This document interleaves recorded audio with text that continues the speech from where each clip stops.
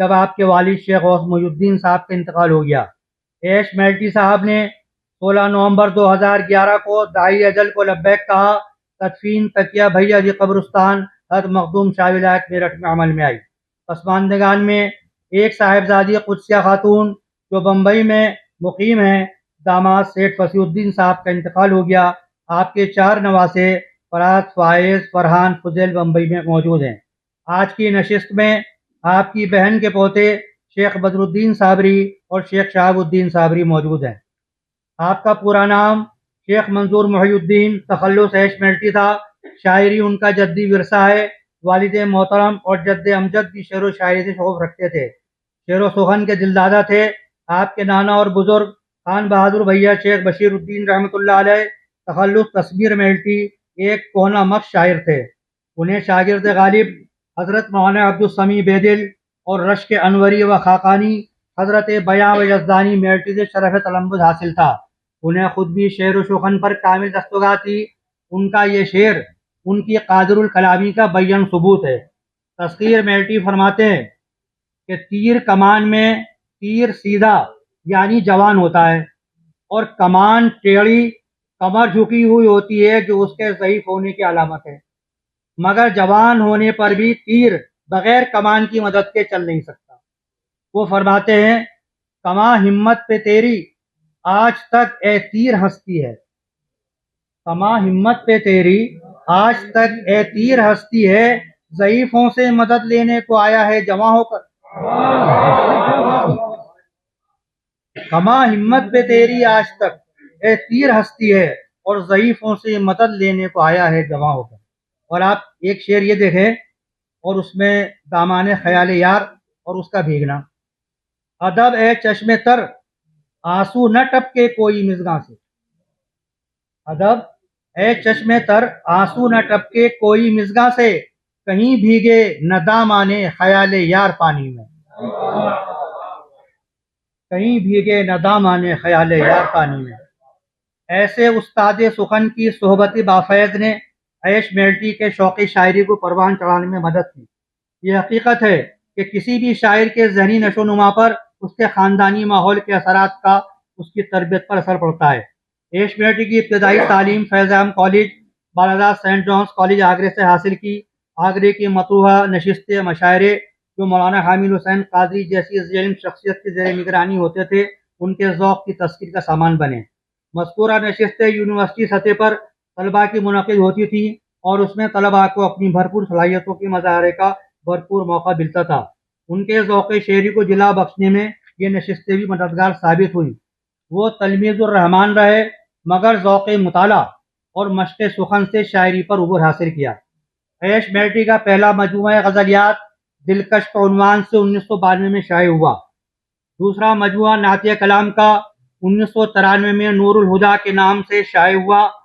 تیسرا مجموعہ سترنگ کے نام سے ہے جو مختلف موضوعات پر مشتمل ہے، جس میں بسم اللہ، ختم قرآن مجید، آمین نامہ، سحر رخصتی اور وغیرہ ہے، لیکن یہ زیور طباعت سے آراستہ نہیں ہو سکا۔ آپ کے مجموعہ نعت نور الہدا پر اتر پردیش اردو اکیڈمی نے 1000 روپے کا ایوارڈ دیا۔ یہ ان کی خوش قسمتی کہی جائے گی کہ اس وقت کے وزیر اعلیٰ شری ملائم سنگھ یادو کے ہاتھوں ایوارڈ دیا گیا، اور یہ اس ایوارڈ کا فوٹو یہ موجود ہے جو ملائم سنگھ ان کو دے رہے ہیں، ایش میلٹی صاحب کو، یہ فوٹو موجود ہے۔ یہ ایش صاحب کی شفقت اور میری سعادت رہی کہ ان کی دونوں کتابوں کو میں لے کر لکھنؤ گیا اور اتر پردیش اردو اکیڈمی میں داخل کی۔ دراصل اس وقت میں اتر پردیش اسٹیٹ حج کمیٹی کا ممبر اور انجمن ترقی اردو اتر پردیش کا سیکریٹری تھا، اس لیے لکھنؤ میں آمد و رفت رہتی تھی۔ میری اردو سے پی ایچ ڈی کرنے میں ایش میلٹی صاحب بڑے مفید معاون ثابت ہوئے، اور کئی شعراء کے بارے میں انہوں نے معلومات فراہم کی۔ ایش میلٹی غزل کے شاعر ہیں، مگر انہیں غزل گوئی کے ساتھ دیگر اصناف سخن پر بھی دسترس حاصل ہے۔ غزل جو حدیث دلبراں اور نغمہ حسن و عشق سے عبارت ہے، ان کے یہاں پوری سجدھج اور فنی رچاؤ کے ساتھ نظر آتی ہے۔ انہوں نے ماضی کے ادبی ورثے اور کلاسیکی روایات سے انحراف کرنے کے بجائے اس سے خاطر خواہ استفادہ کیا اور اپنی غزلوں کو روایتی شاعری کا آئینہ بنایا۔ ان کی شاعری میں وہ تمام خصوصیات لوازمات موجود ہیں جو کسی بڑے اور کامیاب شاعر کی شہرت یا بقائے دوام کا باعث ہوتے ہیں۔ ان میں نازک خیالی، تناسب لفظی، معنی آفرینی، تخیل پروازی، ندرت خیال، جوش جذبات، شاعرانہ مصوری، صنائع بدائع شامل ہیں۔ انہوں نے دل گداختہ کے ساتھ بڑی مشق و ریاض سے اپنی غزلوں میں تاثیر کا جادو جگایا ہے، اور اپنے احساسات کو غزل کے پیکر میں ڈھال کر جو کچھ کہا ہے وہ قاری پر اثر انداز ہوئے بغیر نہیں رہتا۔ انہیں جملہ اصناف سخن پر قدرت حاصل ہے، غزل، نعت، قصیدہ، مرثیہ، دیگر موضوعات پر بھی قلم آزمائی کی ہے۔ ان کے کلام میں میر کے اشعار کی گھلاوٹ، درد کی دردمندانہ تہداری، حسرت کی تہذیب رسم عاشقی اور حضرت شاہ نیاز بریلوی کے عارفانہ شاعری کی جھلک نمایاں طور پر دیکھی جا سکتی ہے۔ ان کے یہاں دہلی و لکھنؤ دونوں اسکولوں کے صحت مند عناصر کا حسین امتزاج نظر آتا ہے۔ ان کی غزلوں میں زبان و بیان کی صحت، ضابطوں کی پابندی، سحرکاری اور پرکاری بھی ملتی ہے۔ ان کی شاعری کا انداز لب و لہجہ فنکارانہ ہے۔ ایک بار میں نے ان سے پوچھا کہ آپ میں جدید شاعری سے اجتناب برتا، تو ان کا جواب تھا کہ کلاسیکل شاعری ابتدا سے ہے اور آخر تک قائم رہے گی، جبکہ جدید شاعری وقتی ہے۔ اس لیے انہوں نے اپنی پوری شاعری کو کلاسیکل شاعری کے سانچے میں ڈھالا۔ ایش میٹری کی غزلوں کا بنظر عمیق مطالعہ کرنے سے محسوس ہوتا ہے کہ اس میں حسن و عشق، ان کا مثالی محبوب، فصل گل میں عاشق کی بے قراری، جنون و دیوانگی کے ساتھ گریباں کا چاک ہونا، ہجر و محبت کا انتظار، آو فغاں بے قراری و بے چینی، ضبط کا دامن چھوٹ جانے پر بھی ترک عشق کی دعا نہ کرنا، محبوب کے روبرو عاشق پر ظلم اور بے اعتنائی، شباب، خرام ناز، سراپائے محبوب، انجام عشق، قمریات، تصوف، وحد الوجود وغیرہ جلوہ گر ہے۔ حسن و عشق روایتی شاعری کا اہم موضوع ہے۔ ان سے متعلق تمام واردات و کیفیات کا منبع جذبہ عشق ہے۔ عشق ایک فطری جذبہ ہوتا ہے جو دوسرے تمام جذبات پر حاوی ہوتا ہے۔ اس کی تڑپ اور جوش کا مقابلہ کسی دوسرے سے نہیں کر سکتا۔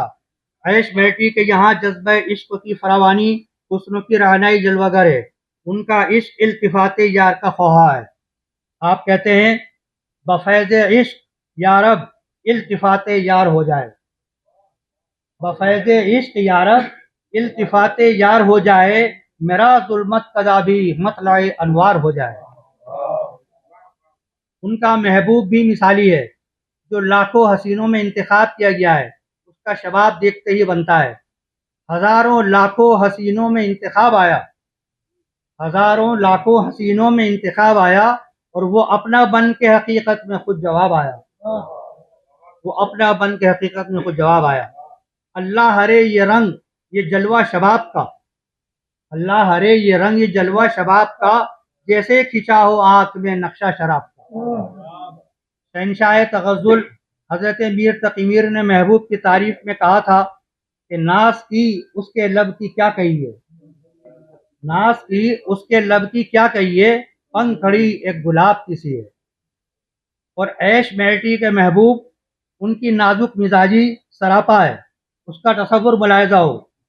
پنکھڑیاں گلے ترکی سی بکھر جاتی عیش، پنکھڑیاں گلے ترکی سی بکھر جاتی عیش، اور پھول سے جسم کو میں ہاتھ لگاتا بھی کیا۔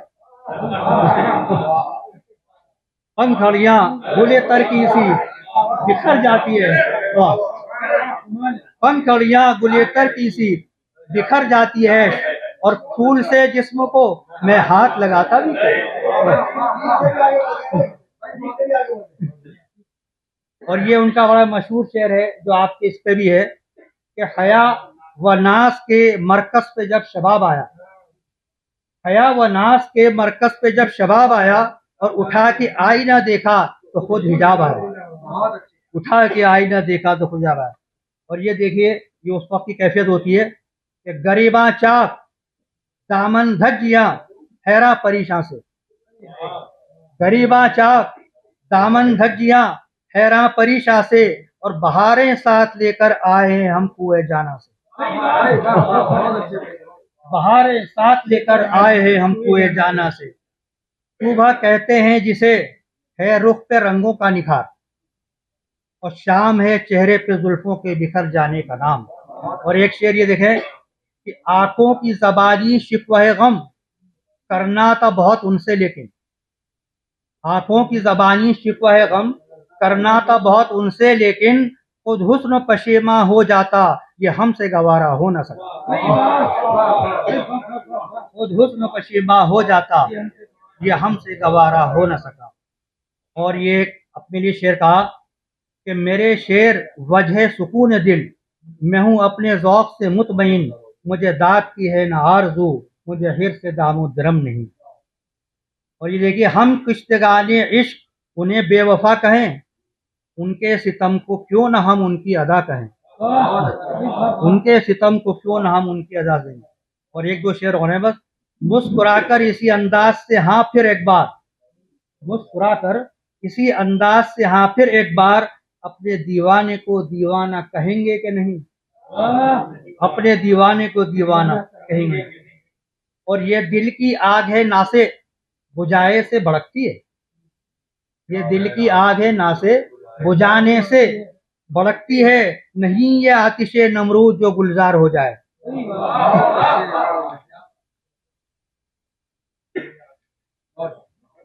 بھائی بہت اچھے۔ اس مشاعرے میں شامل دیگر شعراء حضرات کو سننے کے لیے ہمارا چینل سبسکرائب کریں۔